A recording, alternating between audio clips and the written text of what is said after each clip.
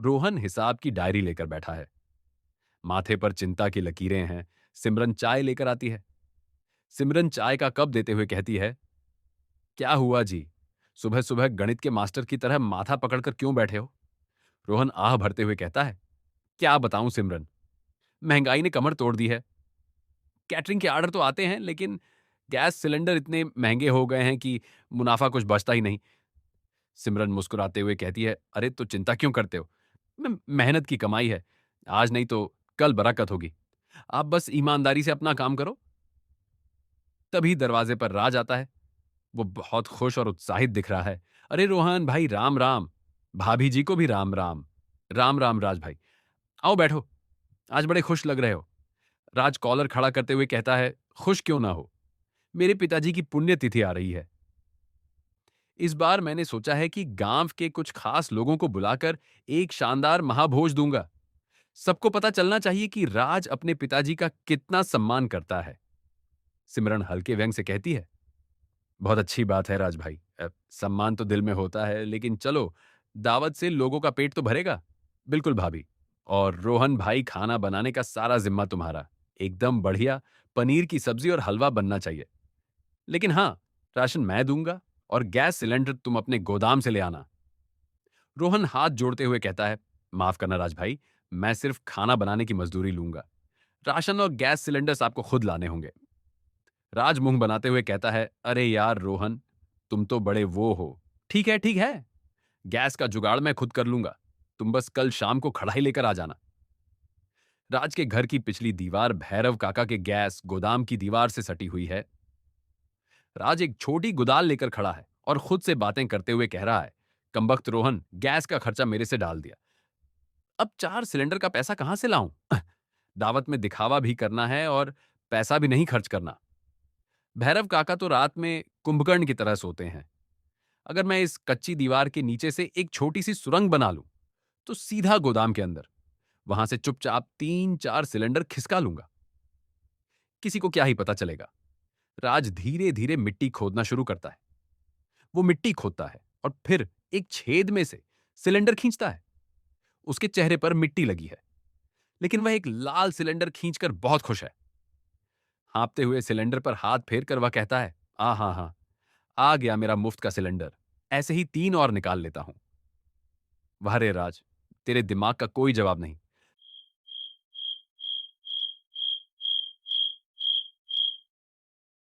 भैरव काका अपनी खाट से उठते हैं, अंगड़ाई लेते हैं और अचानक उनकी नजर दीवार के पास एक बड़े से गड्ढे पर पड़ती है।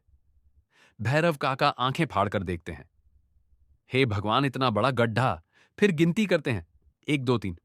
अरे, मेरे 3 भरे हुए कमर्शियल सिलेंडर कहां गए? भैरव काका अपना सिर पकड़ लेते हैं। लगता है गांव में कोई बहुत बड़ा हाथी के आकार का चूहा आ गया है। इतना बड़ा गड्ढा खोदकर मेरे लोहे के सिलेंडर चबा गया।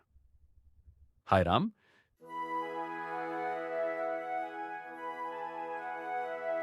रोहन और सिमरन खाना बना रहे हैं। चूल्हे पर कढ़ाई छड़ी है। अच्छी खुशबू आ रही है। रोहन सिलेंडर की तरफ देखता है और हैरानी से कहता है, सिमरन जरा इधर आना। क्या हुआ जी? नमक कम है क्या? नहीं, ये सिलेंडर देख। इस पर पीले रंग से भैरव लिखा हुआ है। भैरव काका अपने हर कमर्शियल सिलेंडर पर ऐसा ही पीला निशान लगाते हैं, ताकि कोई बदल ना ले। सिमरन चौंक कर कहती है, इसका मतलब राज भाई ने यह सिलेंडर खरीदा नहीं है।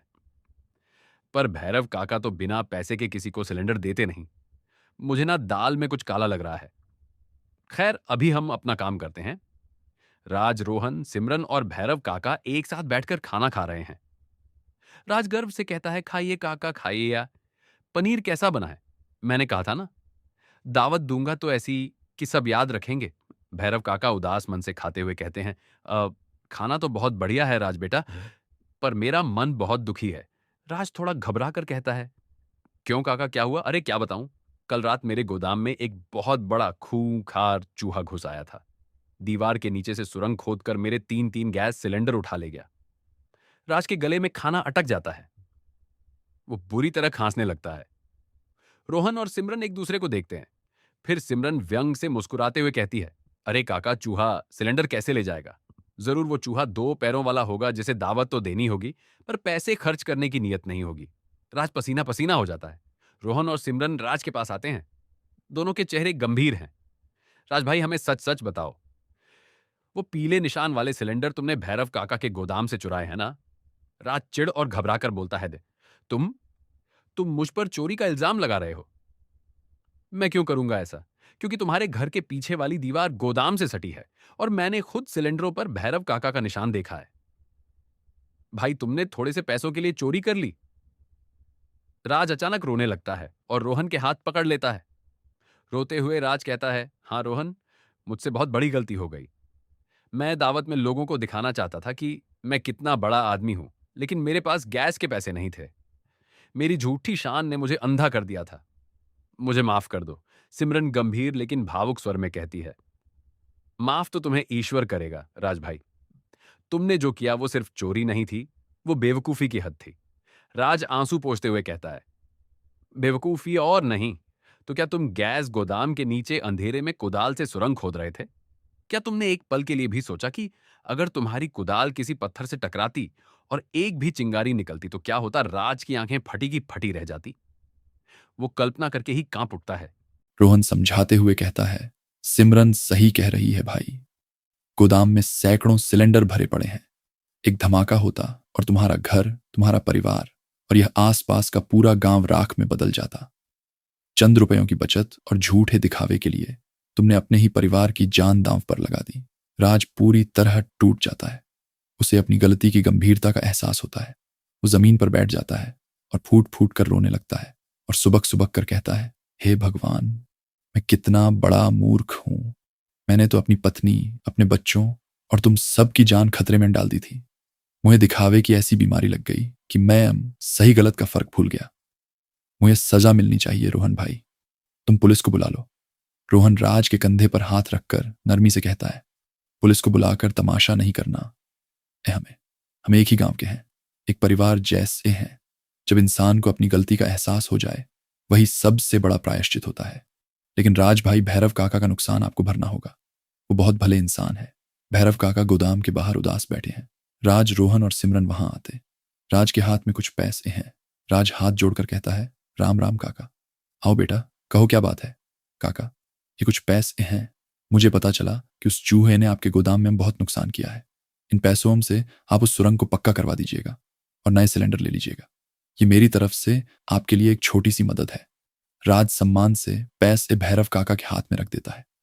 भैरव काका खुश होकर मुस्कुराते हुए कहते हैं, जीते रहो बेटा, तुम कितने अच्छे इंसान हो। भगवान करे तुम्हारे पिताजी की आत्मा को शांति मिले। अब मैं उस चूहे का पक्का इलाज कर दूंगा। राज शर्मिंदगी की और राहत की मिलीजुली मुस्कान के साथ रोहन और सिमरन की तरफ देखता है। सिमरन सहमति से मुस्कुराकर सिर हिलाती है। दोस्तों, झूठा दिखावा और लालच इंसान की आंखों पर ऐसी पट्टी बांध देता है कि उसे सामने खड़ा विनाश भी नहीं दिखता। अपनी हैसियत के हिसाब से खुश रहना सीखिए, क्योंकि शॉर्टकट से सिर्फ परेशानी मिलती है, सुकून नहीं। सच्चाई और ईमानदारी की रोटी चोरी के पकवानों हमसे लाख गुना मीठी होती है।